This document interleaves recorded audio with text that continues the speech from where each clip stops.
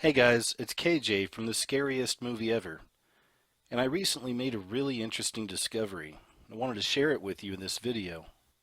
I've always been fascinated with mysteries, mind control in our modern media, occult symbolism in our world and what it really means, mysteries of the cosmos, mysteries of God, and not only exposing the so-called Illuminati symbols in our popular culture, but exploring the meaning behind these symbols.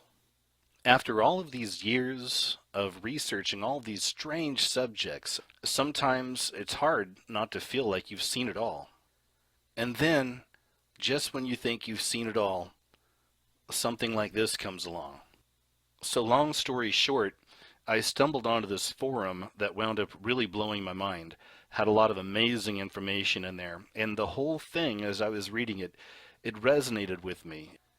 It was posted from a woman that clearly has worked in the Hollywood industry, so I originally found it on a website called Indian in the Machine, and it was titled Close Encounters with Celebrities in Show Business: Clones, Satanists, Prostitutes, and Serpents Dying for Attention Literally.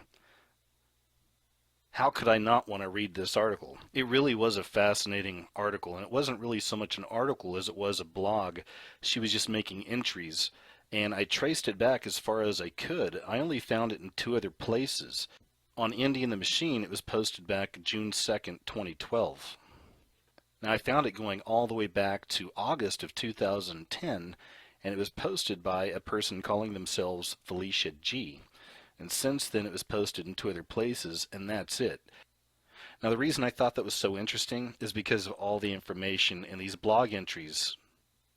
Now take it from me, I have seen my share of these kinds of messages, these kinds of posts, these blogs. I know a lot of you have seen this stuff too. I mean, any one of us that are interested in these kinds of things, the so-called conspiracy theories, or the Illuminati, or UFOs, or the paranormal, whatever it is. I mean, most of us who've really done our digging for a few years, we've seen most things, right? Most of us have seen most of this stuff. But every now and then something comes along that's just special. Something comes along that you've not heard before. And I promise you, this is one of those times. This is why I thought it was very interesting. It's been around for 5 years now, and hardly anybody's really heard about this. And I really think the best way for me to do it is just to read it and let her kind of explain it in her own words. Now, I'm not covering everything. She goes off into a lot of different tangents. Sometimes it's stuff just about the business or about her life out there. Sometimes it gets into clones. Now, if I was to do something on clones, that would take a whole other video. So maybe I'll touch on that another time. But what I'll do is I'll go ahead and leave a link underneath this video so you can go and check out the post for yourself and read the whole thing. I just kind of pulled out some of the juicier tidbits, a lot of the Hollywood insider type info, a lot of stuff about the Satanism going on out there, and a lot of other things as well. So sit back, relax, and check this out. I think you're going to see that once I start reading this and once you start hearing this lady's experience, you're going to be able to connect a lot of this to a lot of the information you've seen throughout the years. It's very interesting stuff.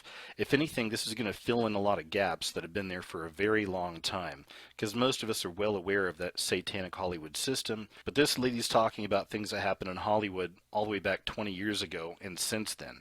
She's covering a lot of territory here, so it's very interesting stuff.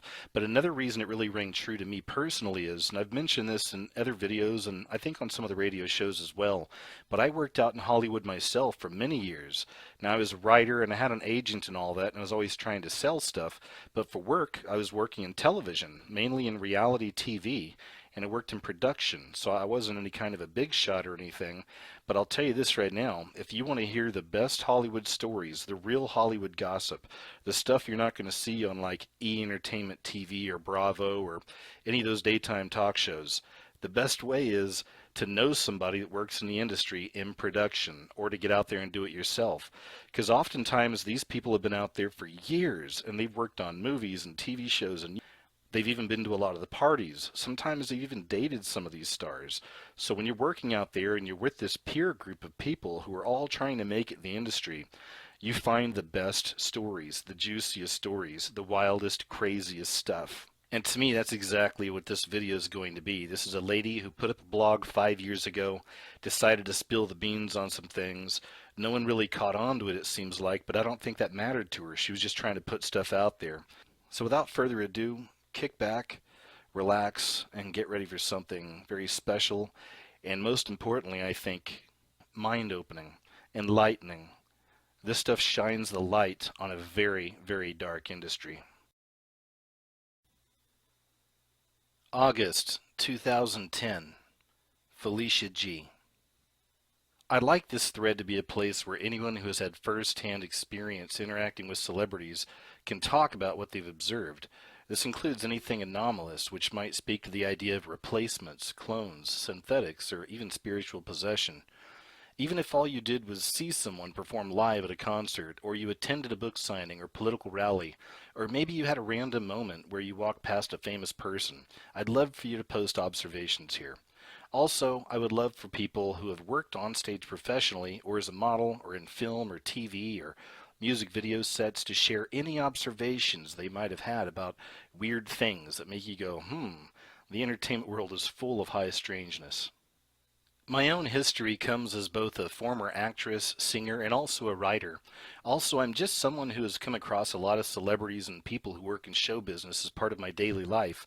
Some of it comes from the area where I live, which is an artistic area where lots of celebs and artistic people chose to vacation or even retire. I think I only understood the idea of replacements being possible on an intuitive level for a really long time. Most of what I observed has to do with significant emotional, spiritual, and interpersonal changes that happen when people are presented with really big show business opportunities. Please understand something very important as you read this thread. At any given time, the members of the Screen Actors Guild are 99% unemployed, and there are many, many other actors who are non-union who are also working in the industry on and off, and they are also about 99% unemployed. For the years I worked as an actress, I was equity eligible, which at the time was a subcategory of stage performers who had worked on jobs earning equity minimum rates, but had never actually been hired in an equity show. At the peak of my acting career, I was making equity minimum rates, which in the late 80s, early 90s was $300 per week, and that was considered rich living in the acting industry, believe it or not. Most acting jobs last from 4 weeks to 3 months if you're doing a stage show, such as with a regional theater, dinner theater, or youth theater. That's part of the reason why the unemployment rates are so high. Jobs don't last very long because shows might have a run for just a few weeks, and then you have several weeks of rehearsals before that, so your entire work period might consist of a very short period of time. I did many different kinds of work, ranging from regional theater to Shakespeare in the Park type stuff to summer stock, kids theater, school tours, things like that. In between, I worked as much as possible doing things like voiceover work, live events like industrial work at auto shows as a spokesmodel, and TV and film bit parts. I was lucky to work steadily during the time I was a professional actress. I never took work as a waitress, for instance, to keep me going between jobs. I seemed to always have a gig going on. Most of my friends, in the meantime, made more as waiters and hostesses in restaurants and worked for 2/3 of the year in the restaurant industry. And many of them were a lot more talented than I was. Show business is just a brutal, brutal industry. In the stage world, which centers in New York, you have the gay mafia running things. Befriend this crowd and you will continually get work. Piss them off and you'll never work in this town again. I had written a play once that a former Broadway producer was looking at. She was a lesbian woman who had worked on several big-name Broadway musicals in the 1980s and 1990s. At one point, she pissed off some of the gay males who run the industry in New York, and she literally became homeless almost overnight from the blacklisting. She liked my play, but told me she couldn't really help me any further because all of her friends had turned on her. So to be clear, it is a gay male mafia that runs the theatrical world in New York. This makes for a very weird dynamic when you seek stage work in New York, as I did. Many gay males took to me because at the time I was pretty glamorous and looked like Jennifer Connelly or maybe Brooke Shields, a very popular look at that time. It got me a lot of work. When the rare straight male stage director auditioned me, it was always a casting couch situation. Sleep with me or you don't get work, and I always refused. So the only work I really got in the theater from my New York auditions was from gay male directors. Now on the flip side of things, if you were a gay man auditioning for work and a gay male director was casting, you also needed to be ready to sleep with the director. One of my friends was very willing and got a supporting role in a Broadway musical, but the show bombed, unfortunately. He didn't really care about sleeping with the director, he just thought it'd be kind of fun. Now I'm explaining the background here of the stage world. The stage is very different from TV and film, which I'll discuss here in a moment.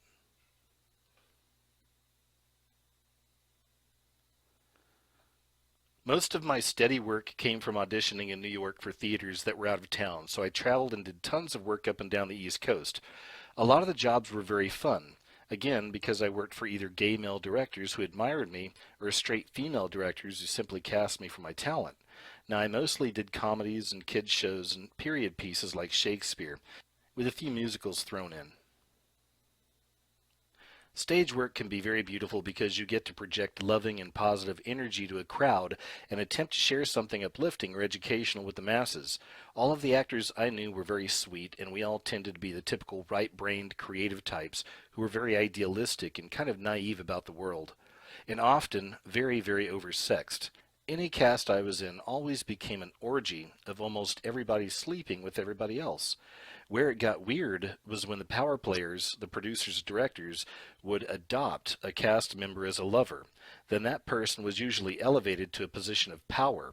They suddenly took over the lead. For instance, with the original person suddenly not showing up for work, and no one knows why. I was fortunate to come from a loving family, but many of the performers and models I knew did not. When they came from abusive homes or single-parent homes, they almost always became more vulnerable to prostitution, abuse, and drug addiction in the industry. Some of it is driven by the very real harsh economics of working in that industry. Again, 99% unemployment, let alone trying to compete with a gazillion people who are prettier, more talented, and who have bigger boobs and skinnier bodies than you do.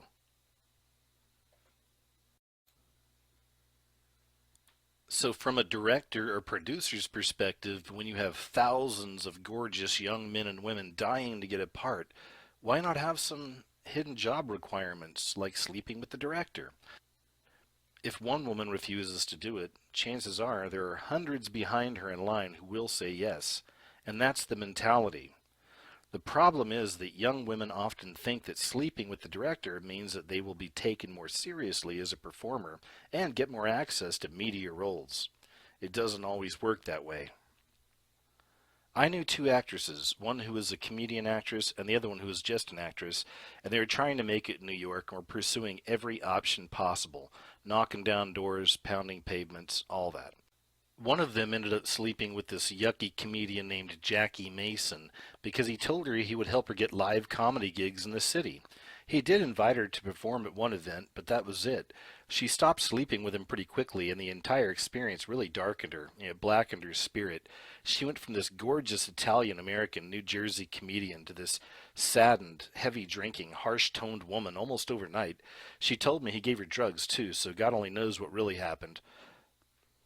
The other girl, the actress who was friends with the comedian, actually had a TV agent in the city who put her up for a minor speaking role on the TV series ER. This actress was told that she needed to sleep with, I think it was a casting director, not the episode director, and either way she did it, and she did get a small performing role. Her agent had basically operated as a madam, setting her up to sleep with the director to get the role.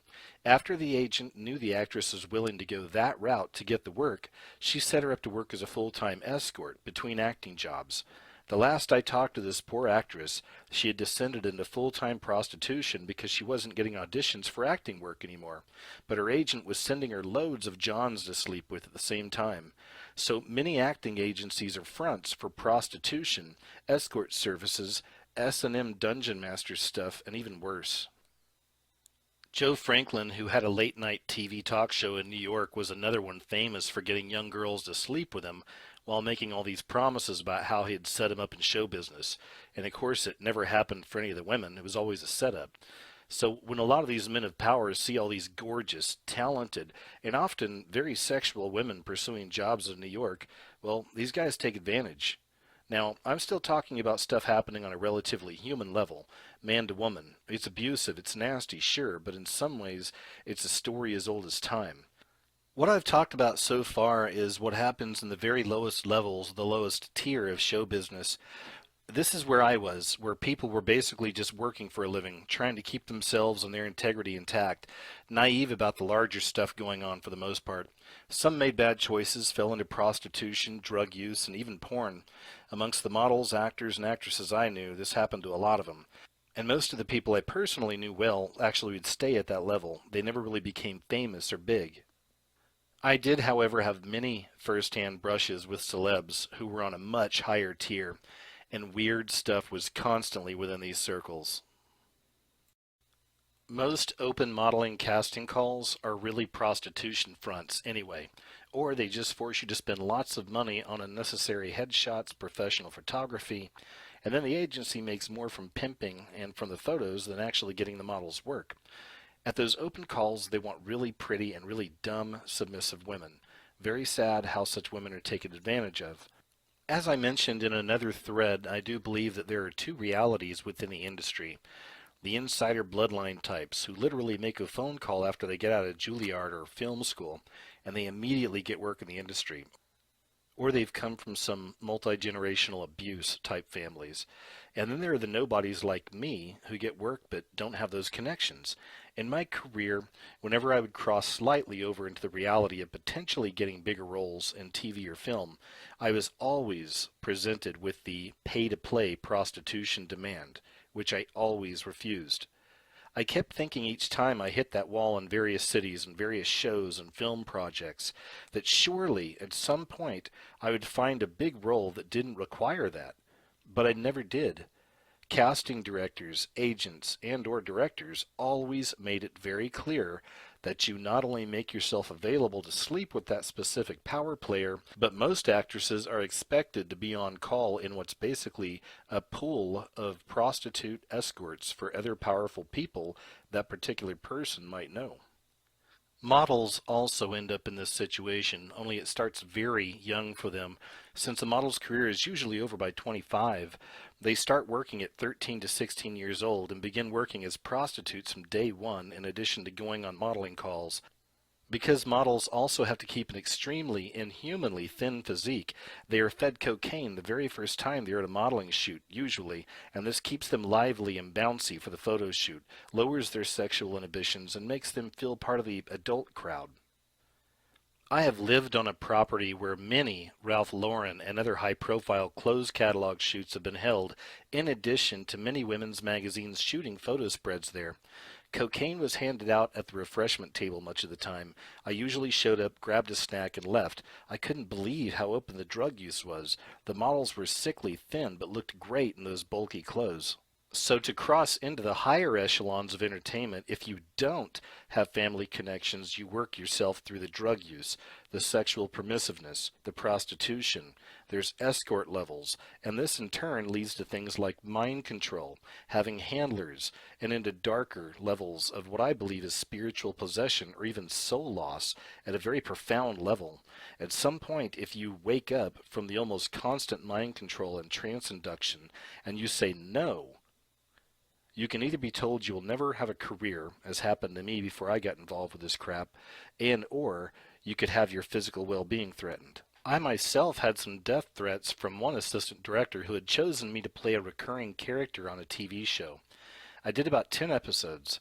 He was always inappropriately flirtatious with me in a really creepy way, and when I showed up one day with an engagement ring on my finger after getting engaged, he got really nasty. He threatened my boyfriend's life and mine. I couldn't figure out why. I was just a bit player, nobody famous, nothing really. He threatened my boyfriend's life and mine. I couldn't figure out why. I was just a bit player, nobody famous, nothing. I just laughed it off at the time, but I knew another girl who had gone the prostitution route on that very same show, and she actually slept with the same assistant director, which got her exactly 6 speaking lines in one episode, and she became creeped out by him really quickly. She talked about how he was violent with her during sex, always feeding her copious amounts of drugs, and talked about how the next time she'd come over, he'd make sure and bring over some of his friends from the set so they could all have some time with her. She refused and broke up with him after that, naively thinking that this was a relationship of equals. She moved back in with her ex-boyfriend, and that boyfriend had the tires shot out of his truck. She was also gang-stalked while out driving for months, and her agent would no longer return her phone calls for so-called unprofessional behavior. Now, of course, this unprofessional behavior was her breaking up with the assistant director. But again, though, I'm just talking about lower level shenanigans in the industry right now, and I'll talk more about observing actual celebs next. I just wanted to provide more background on the thuggery, the mandatory prostitution, and the drug use that is constant in the TV and film world. And I really didn't see this in the stage world at all, so it seems more tied to the modeling, TV, music video, and film worlds.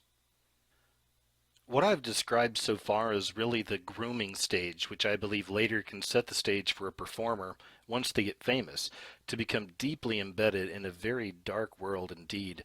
And having seen how dark it is, I can't help but see that there must be people who protest and wake up at some point. And I also see how their waking up must be a real threat to the controllers of this system. So of course they are threatened, silenced, and even killed. And that's the way the game works out there. It's awful.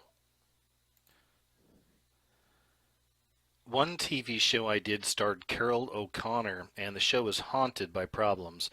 Parasitic drug dealers literally took up residence in the tiny Georgia town where we filmed, preying on the cast and the crew.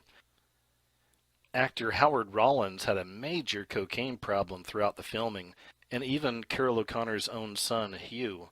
He had been given a small role on the show, so Carol could keep an eye on him. He was prone to drug problems, but he became a sitting duck for the drug pushers and sunk deeper into his drug addiction during the filming of the series. Some years later he died of an overdose, and the women on the show were so horribly skinny and coke addicted it was terrible. They keep the women of TV and film horrifically thin.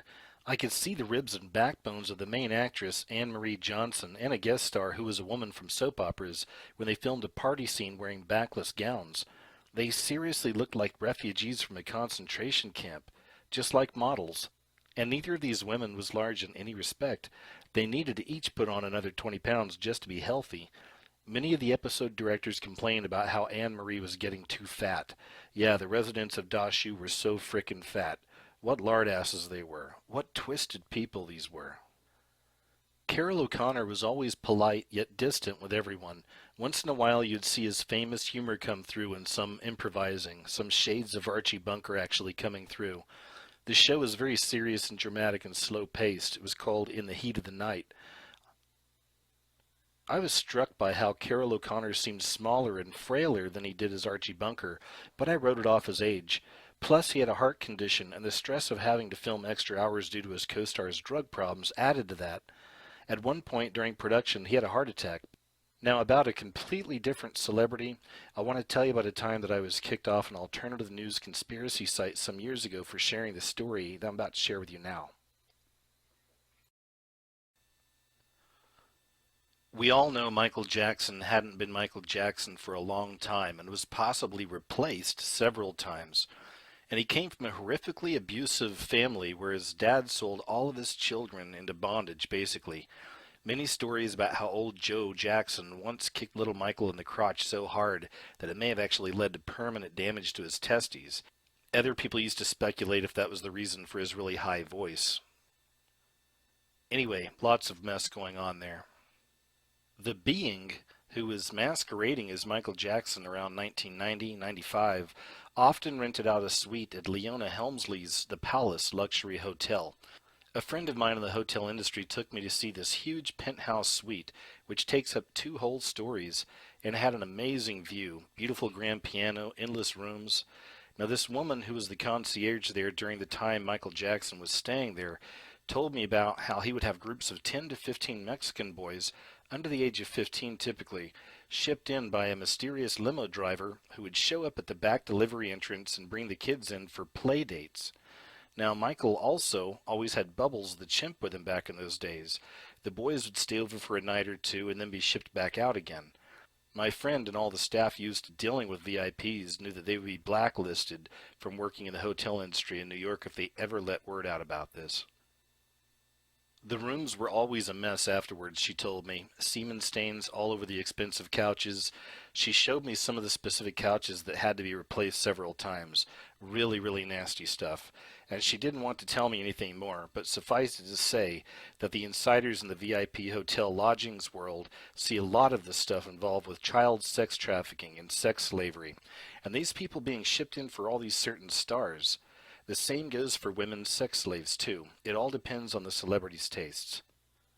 Another hotel industry friend who worked in lots of LA hotels on the West Coast talked about Tom Cruise, and she said that he keeps to this day a very special luxury penthouse apartment for parties with his male gay friends and gay male escorts, some of them underaged. So there is a ton of this underground sex slave, prostitution, trafficking stuff that sits right alongside the drug industry, both with parasitic hands in the world of stars, celebs, and models. Are these the originals? Were the originals this goofed up? I don't know. The replacements do seem heavily indulged, though, if that's what they are. They get all the drugs and sex they want, plus loads of spending money, fame, attention. Cinematographers are also heavily into the dark stuff that is so pervasive in the film and TV industries. Through friends of a friend, I've had several conversations with a man who has been a main cinematographer on tons of mainstream hit films. He worked on Kill Bill with Uma Thurman and Quentin Tarantino and David Carradine. He described working on that set and his whole gleeful description of the constant immersion in blood. Fake blood, of course, one would hope. He also gleefully talked about body parts being tossed into scenes and other celebrations of carnage, and it really made me sick. And he just loved it because he's a nasty piece of work. He described this weird affair between Uma and Quentin Tarantino and how he would sort of program her to do her scenes. The real Uma seems very different, quiet, low-key, nerdish, and even bookish, so definitely lots of programming and handling was going on there. Now, I've never been able to watch the movie. Tarantino's work is just such an openly satanic celebration of bloodlust. I really want to kill the bastard. This cinematographer has also worked with some major action directors like Michael Bay, who I'm convinced is not from here. He's just not human. I mean, go look at his eyes in the photos sometime. He's a weirdo. But again, this cinematographer only seems to work on these action, bloodlust, and bloodletting type movies. This guy, the cinematographer, was also a major creep who kept his wife at home. Then he'd go off someplace like China for 6 months and sleep with a second-tier actress and crew members who all worked on the set. And then he'd come home to this clueless wife. Now this happens all the time out there. And horrific all around, really. Sets pretty much operate as free-falling orgy zones. Married people suddenly become unmarried for purposes of filming, and then they go back to their significant others later. Michael Douglas did this for years to his long-suffering wife Deandra. Kathleen Turner recently confirmed this in her biography. The same thing played out in the earlier marriages of both Mel Gibson and Kevin Costner. Remember how for ages their publicists promoted them as these ultimate family men, still married to their longtime sweethearts, devoted dads, all that stuff? Well, now the truth is coming out about how abusive Mel is, and Costner's always getting caught sleeping around. It's such a creepy world. Don't believe any of this knight in shining armor spin about any star, male or female. And yeah, it's all right there in the pageant industry as well. I was in the Miss Teen Pennsylvania pageant back in the day. I think that is what it was called back then. And during the 3-day rehearsal period before the pageant, I was pretty much told by the production heads that I was being given a very favorable rating by the important people because I could sing, dance, I had good grades, etc. It was weird. It was like they were telling me in advance I was going to win. Not that the prize was much. I think it was just a couple of $1,000s. Anyway, as we headed into the dress rehearsal stage and were finalizing our performances for the show, one girl who was very sexually precocious and who had a really large rack on her started noticing how the judges and pageant directors were paying me a lot of attention. So she started kissing up to them. Well, she ended up actually winning the pageant. And I kept in touch with my roommates, 3 girls I had roomed with over the rehearsal weekend who were all contestants just like me. And one of them later told me that the girl who won had slept with one of the male production people. Pure coincidence that she happened to win? Of course. I mean, the girl was 16 years old, but she did look 22.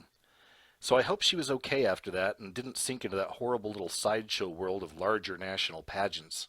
I also knew a former Miss Pennsylvania, a very clean-cut athlete type of a woman. She was Miss PA in the late 80s sometime. She talked about how at the national pageant it was all about who would be most sexually accommodating to the judges that weekend, before the final pageant show was held. She didn't win Miss USA, but after what she saw, she had no regrets at all. And you know about the now D-list actress Tara Reid? She of all the addictions and the crazy plastic surgeries. She makes her living earning about $20,000 to $50,000, at least back when she looked better, as a private escort to many wealthy international men. Because when you are a C or a D level celebrity female, you actually earn more as a prostitute than as an actress. And I guess the attitude of these poor, abused, mind controlled women is, hey, at least it's a job. They call it per gig, which usually involves travel to be with the gentleman in question somewhere out of the country at his estate, a private island, or a yacht, the usual stuff. Now, Pamela Anderson has been doing the same thing for a long, long time. She makes more, though. There are many, many actresses involved in this, and there's also plenty of actors involved in it as well. Now, many others like this one actress, Mina Savari. You may have heard of her, but she had made a really big splash in this movie called American Beauty. But in recent years, she had totally disappeared off the map. She's actually making loads of money as a dominatrix, catering to clients with certain, well, tastes. Now, a lot of this information concerning the actors and actresses who are actually involved in prostitution is not only gleaned from my own personal experiences, but also from a lot of my friends who work in the higher end hotels in LA and Las Vegas. Since SAG minimum rates for a day-long gig used to be, I don't know what, $500 a day or something like that, I really have no idea what it is now.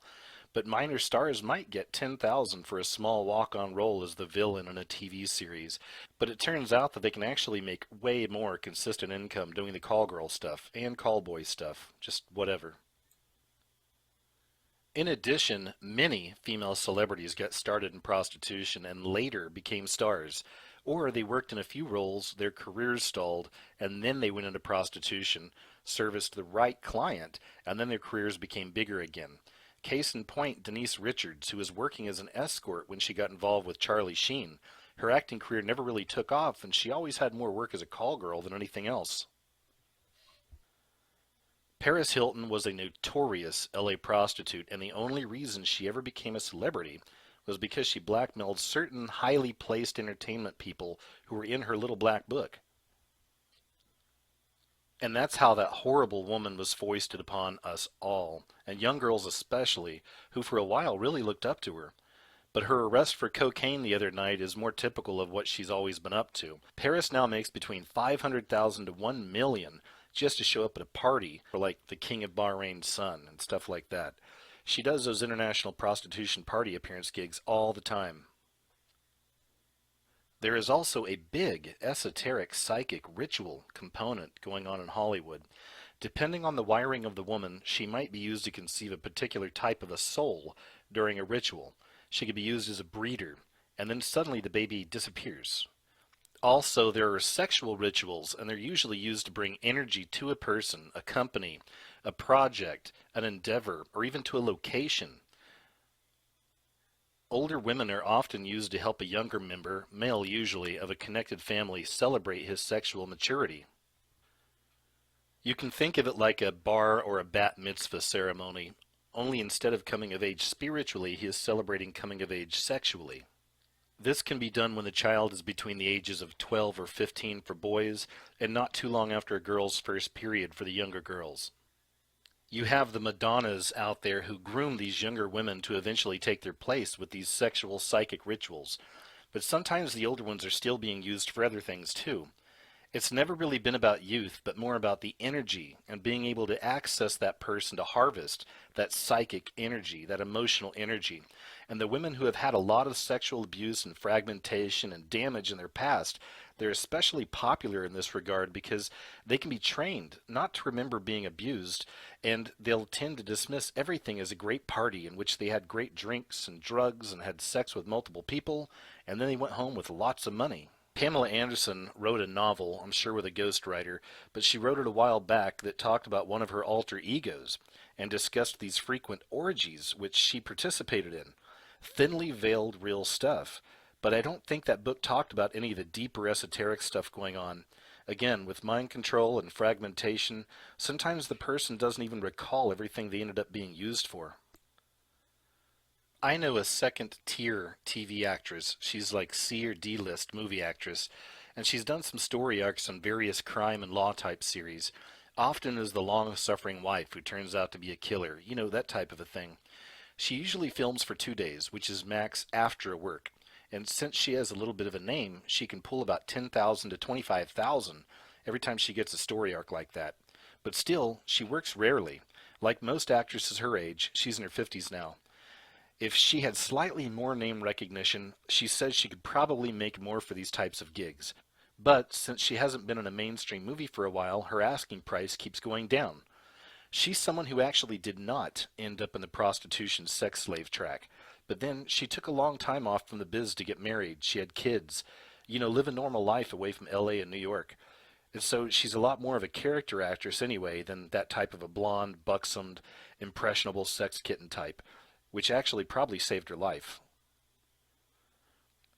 With some of these ladies, it's helpful to look at the constellation of people they've dated. How did Anne Hathaway end up engaged to wealthy real estate developer Raffaello Falleri, for instance? Here's some info on some of those connections from June 2008. It says, more trouble for Raffaello, the fiancé of Devil Wears Prada star Anne Hathaway. Attorney General Andrew Cuomo is investigating the Falleri Foundation, a charity headed by the 29-year-old Italian businessman. The Post has it that Cuomo's office has subpoenaed financial documents belonging to the Manhattan-based foundation, which is involved with vaccinating children in developing countries, among other things. Falleri last made headlines when he was arrested for bouncing a $215,000 company check issued on behalf of his own real estate company. Now, those charges were dropped when he paid up last month, and earlier this year he also settled a lawsuit brought on by billionaire Ron Burkle.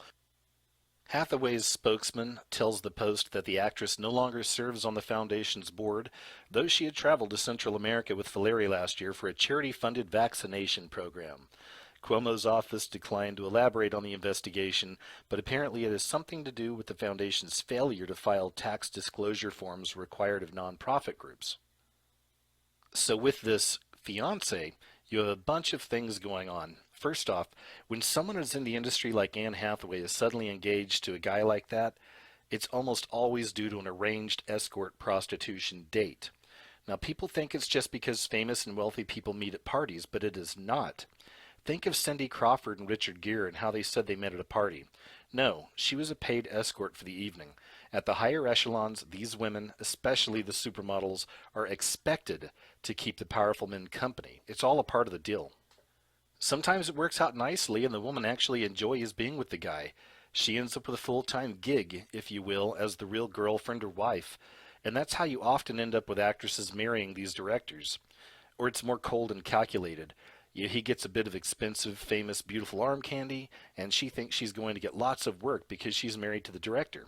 But you see, it doesn't always work out that way. Many of these directors rarely use their wives in their actual films. Anyway, with Anne and Raffaello, you also have the constellation of Raffaello having done a business deal with the infamous Ron Burkle, who happens to be a billionaire friend of Bill Clinton, who is widely known to be a guy who loves procuring models and other willing women for Bill, as well as enjoying some on the side for himself. So these threads all interconnect. Also, you have the connection through Raffaello to some world charity vaccination program type stuff, with Anne having sat on the board of the charity and traveled to third world countries doing what they call, quote, good works. These organizations are usually fronts for prostitution, sex trafficking rings, and drugs, but they love to have someone wholesome like Anne as the face of the organization. Now, I'm not saying she knew about any of this stuff. She may have genuinely believed everything was on the up and up. Anne and Raffaello eventually broke up, but apparently she had let him take some naked photos and videos of her. And she was freaking out for quite a while, at least that's what the media was telling us. She was afraid that they were going to be released. Now that's exactly how the mainstream press always spins this stuff.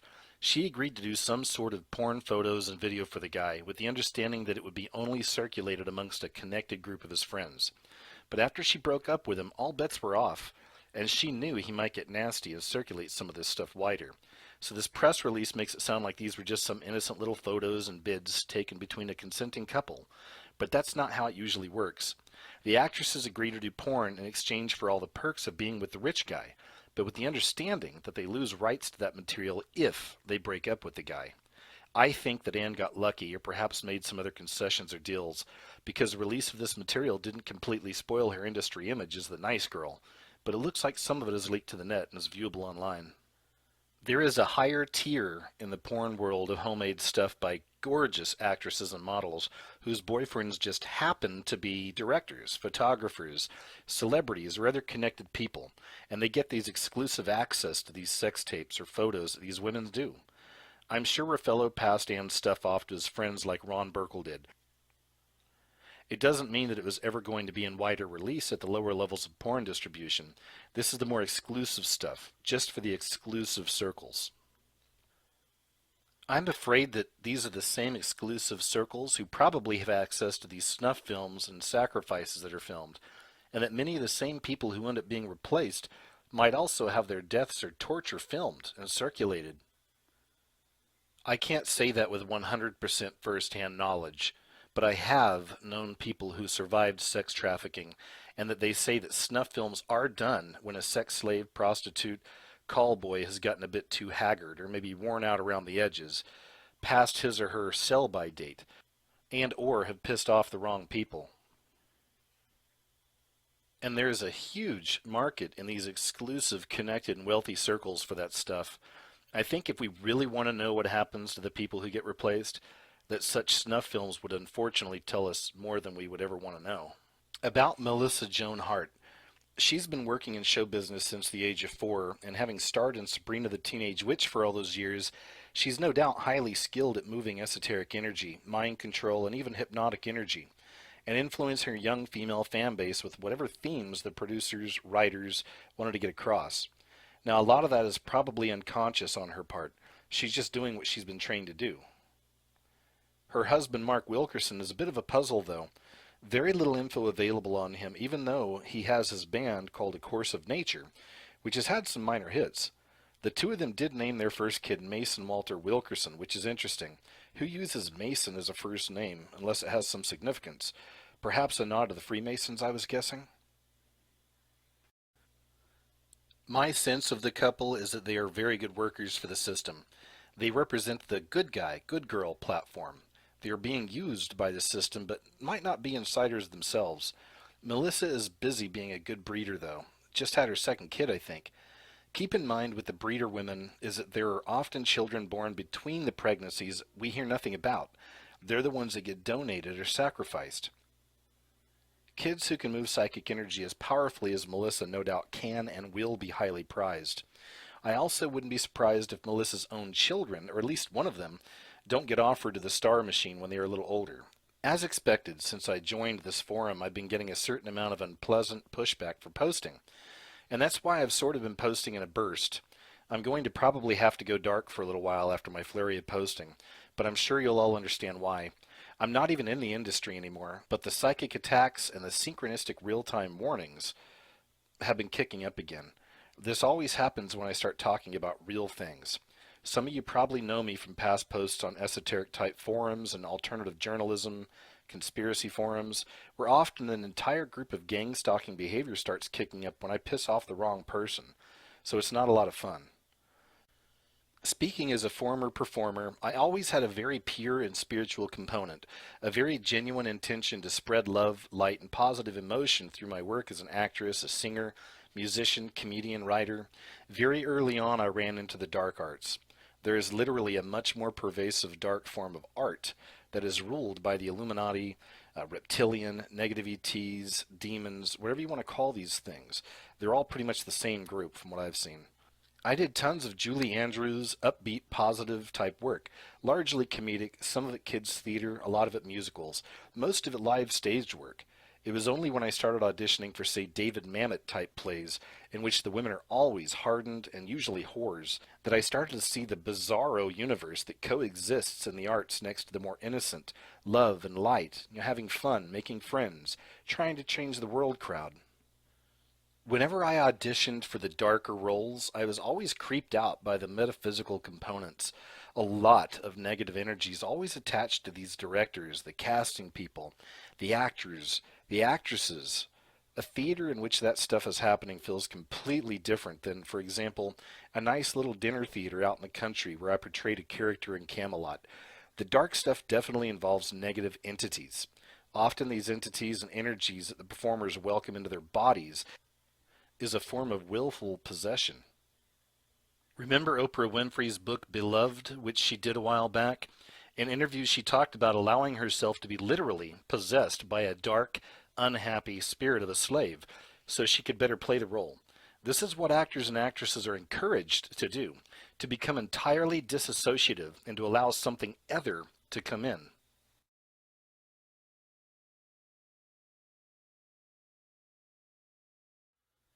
About the Olsen twins from Full House.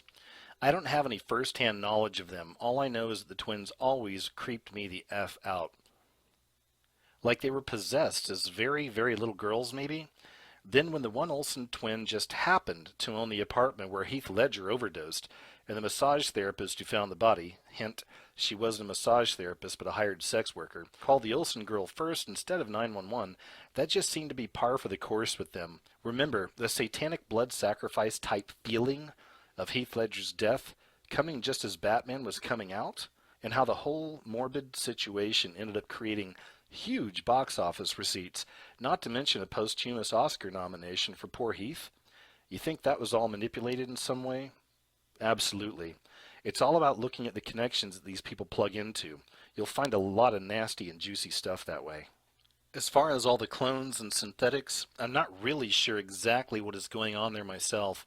I do have a theory that sometimes horrific plastic surgery of the type that really is more mutilation than beauty improvement can sometimes be done as a form of torture to bring the star in line. I can't even look at some celebs like Mickey Rourke or Heidi Montag or even Ashley Simpson without thinking maybe the original is still in there, but were they tortured into shutting up or falling in line some way? So using extreme surgeries as a form of torture and abuse might happen long before someone is actually replaced, or maybe in place of the replacement. But then some real plastic surgery does take place, of course, to make replacements look like the originals too. So it all gets very confusing. Traditionally, a doppelganger is considered a double, either a physical being or a non-physical being, which mimics someone else in every way, to the point that people get confused as to who's the real one and who's the original. One of the most famous doppelganger stories was of Percy Bysshe Shelley, husband of Mary Shelley of Frankenstein fame. Not long before Shelley's death, his friends reported seeing him walking outside a window of the house, but it wasn't him because the real Shelley was somewhere else at the time. Since he died soon afterward, there were whispers that that had been a doppelganger, which can often be said to be a harbinger of the original's death as well. If you travel at all in this world and happen to work in a field in which you're exposed to lots of strangers, you soon see that there are only a certain amount of body, skin, voice, and personality types out there. In my work as an actress, I'd regularly move to a new town, end up living in close quarters with 30 complete strangers, and get to be very close to those new friends during the time we'd work together on a show. But what struck me after a few years of doing this is that I was starting to see doubles everywhere. Certain types kept repeating themselves. Amongst gay men, for instance, I kept seeing repetitions of almost the exact same type of man over and over again. Very eerie when you've traveled to a new part of the country and the guy has a different name, but he sounds, looks, and acts exactly like someone you befriended months before in a different state or even on a different acting job. When you haven't traveled very much, you don't see this kind of a thing, but trust me, it is very real. So, that does mean that the frequency of natural physical voice and personality doubles is higher than you might think, unless you've traveled a lot and spent time with tons of strangers as a gypsy performer type like I have. Then I went on to do counseling for a decade and worked with thousands upon thousands of strangers, and I saw doubles all the time. These weren't just people who looked alike and talked alike. Their issues and problems, the dynamics they were experiencing in relationships, family, work, all of it repeated itself to a T. Anyway, there seems to be the good Jedis and the dark Sith Lords in the arts, and unfortunately the darker arts are being strongly celebrated these days. Actresses like Anna Paquin, who didn't have much of a career after her childhood nomination for Best Supporting Actress in The Piano, has had to turn to the dark side of art to get recognition again in her vampire TV series True Blood. There can be a lifelong process of trying to get a talented artist to turn to the dark forces. And after that happens, a lot of subsidiary dark stuff starts happening. Involvement in arranged dates with powerful men or women in the industry. Feeding the stars tons of drugs just to get them to disassociate and go along with the abuse. And then involvement in actual dark rituals and sacrifices, but more commonly, sex rites. At least like in the beginning of Eyes Wide Shut. The negative gatekeepers need a certain amount of true artists, lightworker types who are more fueled by love and innocence. And sometimes such types are targeted to be moved to a higher level of the playing field, while at the same time keeping them surrounded by relatively nice handlers who don't really corrupt them, at least not yet. But it seems that everyone in the industry has to make the choice between corruption or getting out of the industry at some point. Drugs and alcohol and spiritual possession make it easier to say, screw it, I'll do anything to get a job. But a lot of people who try to make it okay within themselves end up the victims of replacement later on, because at some point they usually do protest or get what's called a big mouth, and give that one revealing interview or comment to the media that can get them into real trouble.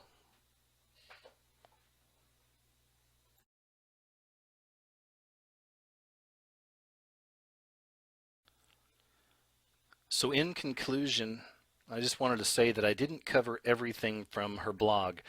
Again, I'm going to leave a link underneath so you can go back there and check it out. She goes more into detail about cloning and doppelgangers and things like that. Most importantly, if you're not familiar with this kind of a subject and this is your first time seeing this kind of a thing, please understand this is just the tip of the iceberg in a lot of ways. A lot of this stuff is really going on. However, in all the years I've had of exploring this kind of stuff, this really is some explosive information. It's fantastic information because it lines up with a lot of the stuff I've seen throughout the years myself, and I'm sure a lot of you can relate to that as well. Ultimately, I hope that this video opens up your mind. I hope it opens up your spiritual eyes. Essentially, we are under attack at all times through the media. And you have to be aware of that. You've got to know that this truly is a satanic system because these people running these industries, they're in it. They're all in. They fully believe. Not only do they believe in God and the devil, they've chosen a side. Well, anyway, folks, thank you very much for checking out the video. I'll talk to you later.